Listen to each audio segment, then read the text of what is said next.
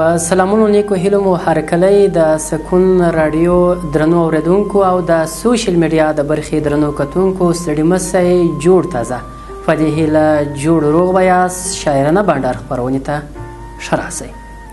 درنو اوریدونکو او لیدونکو دې خپرونه کې موږ بېلابېل شاعران لیکوالان او ادبپال رادعوت کوو د هغوی پر ژوند ادبي هڅو او لاسته راوړنو ورسره څو شیبې غږیږو. نن خپرونه کې بیا هم راسره د پوهنتون استاد شاعر او لیکوال محترم محمد یوسف ساهو صاحب میلمه دی. په دې هیله زموږ دا خپرونه تر وروستۍ شیبو واورئ او په مینه یې وګورئ. له هر څه وړاندې محترم ساهو صاحب تاسو ته هرکلی او کور مو ودان چې زموږ په دې خپرونه کې مو ځان حاضر کړه او دعوت مو ومنئ. وعلیکم السلام. لومړی تاسو ته سلامونه او بیا ټولو لیدونکو اوریدونکو ته سلامونه او همکارانو ته سلامونه. زه محمد یوسف ساهو د وادي هلمند پوهنتون د تعلیم تربیې ښوونځي رئیس او همدلې د هلمند شاعر اوسېدونکی یم. کور مو ودان محترم استاد چې زموږ دعوت مو قبول کړه او خپرونې ته راغلاست. بیا هم که څه هم ستاسې له نامه شعر او شاعري استادۍ او د دې هر څه سره اورېدونکي او لیدونکي اشنا دي. که بیا هم په لنډ ډول وپوښتو چې محترم استاد محمد یوسف ساهو صاحب څوک دی، چیرې زېږېدلی او څومره زده کړې ترسره کړې؟ مننه. ژوندی اوسې. البته زه د هلمند ولایت د ګرمسیر ولسوالۍ د پوپک د سیمې اوسېدونکی یم. زده کړه مې په ګرمسیر ولسوالۍ کې شوې ده او تر اوومې صنف پورې مې په ګرمسیر ولسوالۍ کې زده کړې کړي. د اووم صنف څخه وروسته اتم صنف ته مې لیسې زوکړ ته سفارسه راغلې ده او دولسم صنف مې په لیسې زوکړ کې خلاص کړی دی او د پښتو څانګې په برخه کې مې لیسانس اخیستی دی او بیا په کابل کې مې ماسټري کړی دی. ډېر ښه. محترم استاد که وپوښتو ولې د شعر شاعرۍ ډګر ته راغلاست؟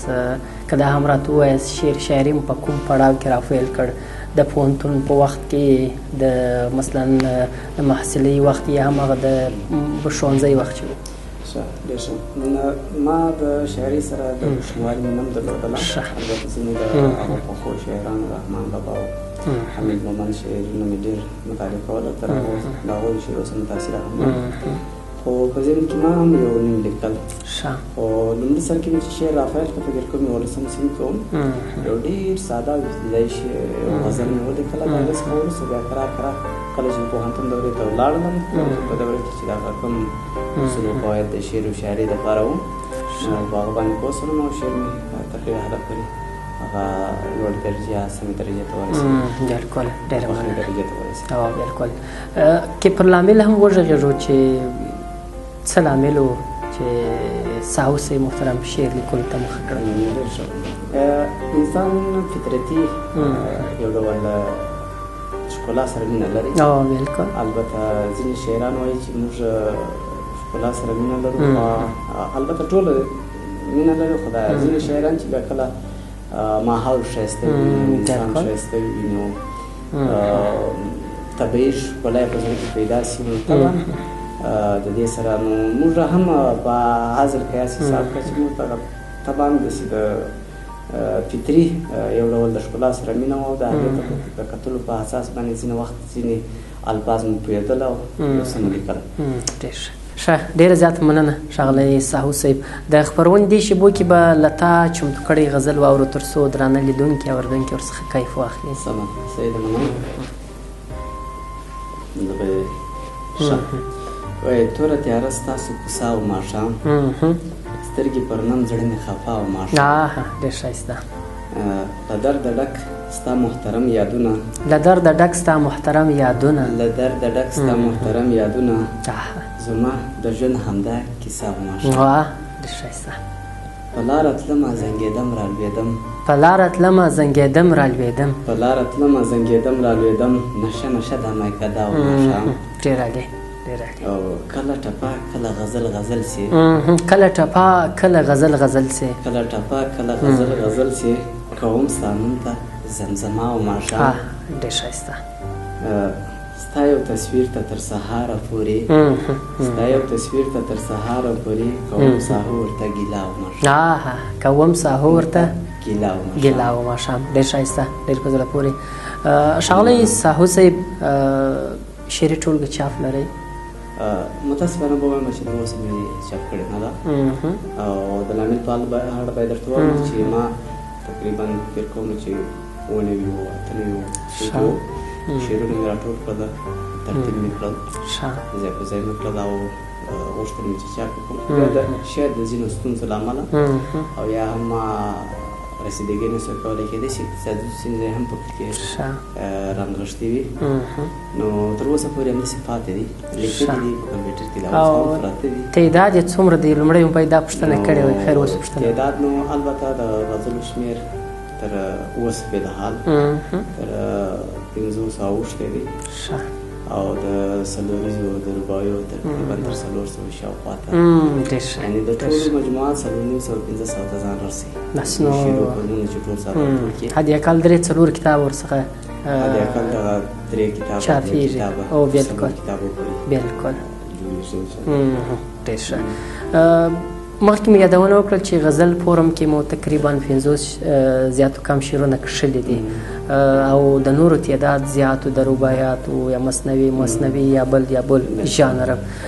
لامل څه دی چې غزل کم دي؟ که موږ وګورو اوسني وخت کې چې ډېری وخت شاعران غزل فورم کې ډېر یا په دې ژانر کې ډېر کلم چلوي او ډېر کار کوي.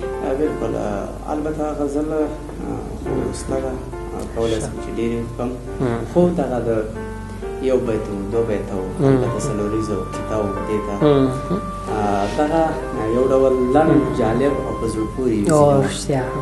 نو په لنډ وخت کې په لنډ ځای کې البته ځینې داسې ماحول راسي چې یو بیت ولیکي هماغه پاتې سي، دوه بیته ولیکي هغه پاتې سي. خو ځینې شاعران البته ما په اند کولی شي چې یو بیت یا دوه ولیکي، بیا په وخت سره دې ته نور هم لیکي او دا بیا یو غزل ورڅخه جوړوي. خو زما څخه هغه حالت چې یو بیت دوه مې ولیکل، پر هغه اندازه باندې پاتې سي، بیا به کولی شي رښتیا هم پسې په بل پورم پسې یا په بله غزله یا په شعر د شعر په برخه کې بل یو پسې ځم. او رښتیا هم کله کله مصروفیت داسې وي چې سړی یو بیت دوه بیته ولیکي، بیا د ډېر مصروفیت له وجې همالته ورڅخه پاتې سي. رښتیا هم ډېره مننه. هېواد کې او هلمند کې، پیل به یې له هلمنده وکړو، د خوښ شاعر مو څوک دی؟ او بیا کوی د هېواد په سطحه ښه شاعران لرو، ښه شعر کښونکي لرو، څوک مو انتخاب دی؟ د هلمند کې مې البته شاعران خو ډېر دي او شعرونه هم په زړه پورې وي. بالکل.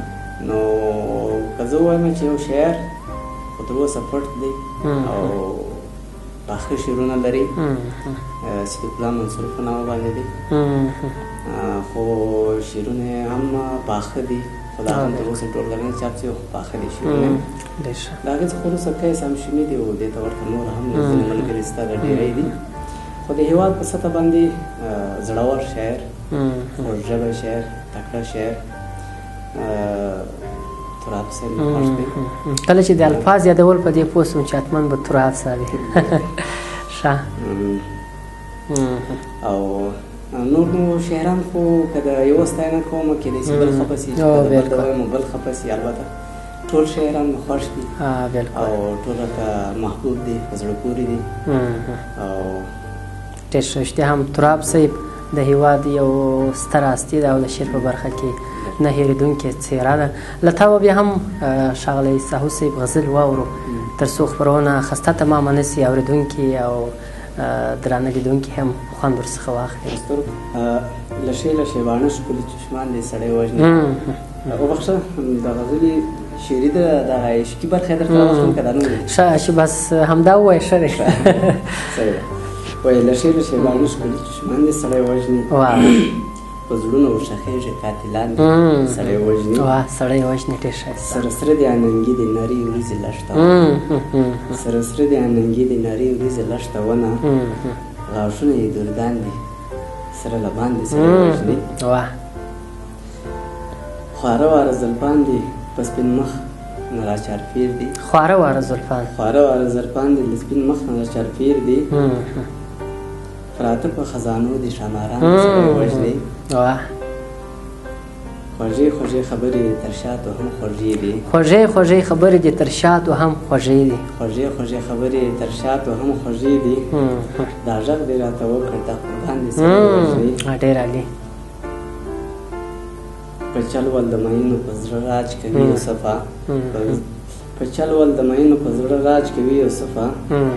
څه ښکلې اداګانې دي مسکان دي سړی وژني. واه ډېر ښایسته. څه ښکلې اداګانې دي مسکان دي سړی وژني. ډېر ښایسته، ډېر په زړه پورې. ښاغلی ساهو صاحب، کوم پیغام وروستۍ کې نوي شاعرانو ته ورکوئ؟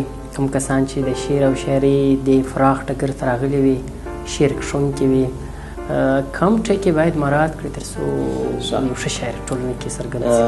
تر ډېره حده پورې چې ما د شاعرانو په شعرونو کې یوه ضعیفه او کمزورې نقطه پیدا کړې ده. البته زه ټوله شاعران تعقیبوم، بلکل، ځکه چې په ګروپانو کې هم ورسره یم او ناول کې هم دا د دوی کومه غونډې شعرونه چې زه اورم او ګورم. موږ د هلمند په سطحه ښه تکړه شاعران لرو، خو البته ځینې وخت د ځینو شاعرانو په ډېره کمه فیصدي سره به یادونه وکړو چې شعرونه په وخت پورې تړلي وي. بلکل، چې نن ورځ تېره شوه سبا دغه شعر بې مفهومه بې معنا دی، مړ کېږي، وژل کېږي، له منځه ځي. نو زما هیله یوازینۍ د دې څخه دغه ده چې شعر ولیکي خو په وخت پورې مه تړئ. بلکل، او رښتیا هم دا مهمه برخه ده. دې ته شاعرانو باید متوجه اوسي، ځکه هغه شعرونه چې په وخت پورې تړل سوي د وخت په تېرېدو سره له منځه هم ځي او بیخي هغه خپل کیفیت او اصلیت او لذت له لاسه ورکوي. نو وروستۍ کې بیا هم استاد محترم له تاسې ډېره مننه چې موږ ته مو وخت راکړ او د ځانګړي خپرونې ته مو ځان حاضر کړ. مننه کوم له تاسو څخه چې موږ راوبللو او د خپرونې ته مو ځای راکړ. ډېره زیاته مننه. د سکون راډیو ډېرو درنو اورېدونکو او د خواله رسنیو درنو کتونکو او د شاعرانه بانډار د خپرونې درنو مینوالو، دا و نننۍ شاعرانه بانډار خپرونه چې هلمند کې مو د استاد محمد یوسف ساهو صاحب سره چمتو کړې وه. تر یو بلې خپرونې ښې چارې، د الله په امان.